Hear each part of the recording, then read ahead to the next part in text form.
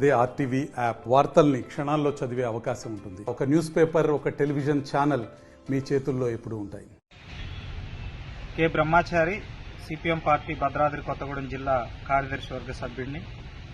భద్రాచలం నియోజకవర్గంలో వ్యవసాయ రంగానికి అత్యంత ప్రధానమైనటువంటి ప్రాజెక్టు తాలిపేరు ప్రాజెక్టు. ఈసారి తాలిపేరు ప్రాజెక్టు నీటి ప్రవాహం తగ్గిపోవటం, ఎండలు, పైనుంచి వచ్చేటువంటి వాటర్ క్యాచింగ్ కెపాసిటీ తగ్గిపోయిన నేపథ్యంలో ఈసారి రెండో పంటకి నీళ్లు ఉన్నటువంటి పరిస్థితి ఏర్పడింది. రెండో పంటకు కూడా నీళ్లు వస్తాయని ఆశించినటువంటి రైతులు కొంత ఆరుదడి పంటలు వేశారు. మిర్చి, మొక్కజొన్న ఇట్లాంటి పంటలు వేశారు. కొంతమంది వరి కూడా వేశారు. ఇప్పుడు పంటలు చేతికొచ్చే సమయానికి ప్రాజెక్టులో నీటి నిల్వలు తగ్గిపోయిన కారణంతో ఇవాళ పంటలు ఎండిపోతున్నటువంటి పరిస్థితి ఉంది. దీని మీద తాలిపేరు ప్రాజెక్టు అధికారులు ఏమాత్రం అవకాశం ఉన్నా ఉన్న నీటిని పంటలను కాపాడేదానికోసం విడుదల చేయాలని చెప్పి మేము కోరుతున్నాము. అయితే ఇదే సందర్భంలో ప్రాజెక్టుకు సంబంధించినటువంటి కొన్ని రిపేర్లు, మరామతులు చేయాల్సిన అవసరం ఉంది. అందుకోసం అని చెప్పి ఈసారి రెండో విడత పంటకి నీళ్లు వేయలేదని చెప్పి అధికారులు కూడా చెప్తున్నారు. ఏది ఏమైనా తాలిపేరు ప్రాజెక్టు అనేది భద్రాచలం నియోజకవర్గ రైతాంగానికి చాలా కీలకమైన ప్రాజెక్టు. ఈ ప్రాజెక్టు యొక్క ఆధునీకరణ పనులు చాలా కాలంగా నత్తనడకన సాగుతున్నాయి. దీంట్లో జరుగుతున్నటువంటి లోటుపాట్లు ఏమిటనేటువంటిది రాష్ట్ర ప్రభుత్వం దృష్టి పెట్టి తాలిపేరు ప్రాజెక్టు యొక్క ఆధునీకరణ పనులు కూడా వేగంగా పూర్తి చేస్తే వచ్చే ఏడాదికైనా రెండు పంటలకి సక్రమంగా నీరిచ్చే అవకాశం ఉంటుంది. దాదాపు 10-15 ఏళ్లుగా ఎక్స్టెన్షన్ గేట్ల యొక్క పూర్తి కాకుండా ఉన్నటువంటి పరిస్థితి ఉంది. దాని నిధులు ఆగిపోయినాయి అని చెప్తున్నారు.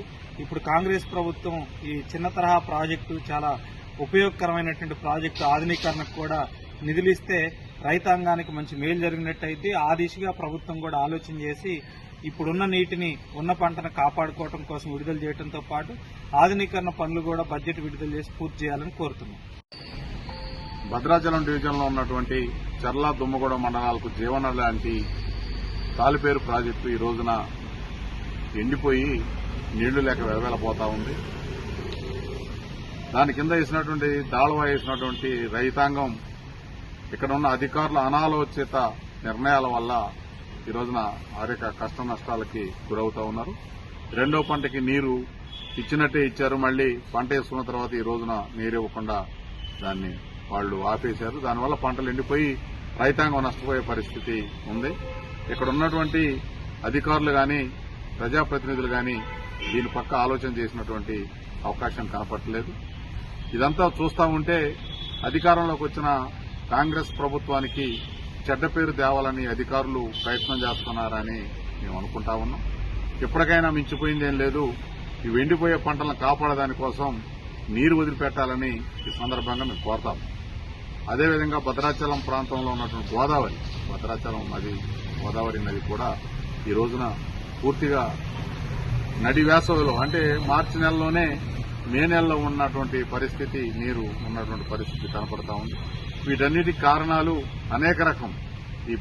ఈ గోదావరి నదిలో పూర్తిగా గోదావరి గర్భంలో ఉన్నటువంటి ఇసుకని తవ్వడం వల్ల ఈ రోజున గోదావరి పరిస్థితి ఏర్పడింది.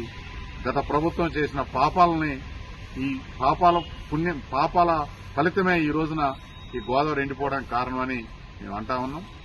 అనాలోచితంగా ఎక్కడ పడితే అక్కడ గోదావరి గర్భంలో ఇసుక తోడేసి నిబంధనలకు విరుద్దంగా మిషన్లు పెట్టి 15 అడుగులు 20 అడుగుల లోతులు ఇసుక తవ్వడం మూలాన ఈ రోజున గోదావరి అడుగంటిపోయిన పరిస్థితి కనపడతాం.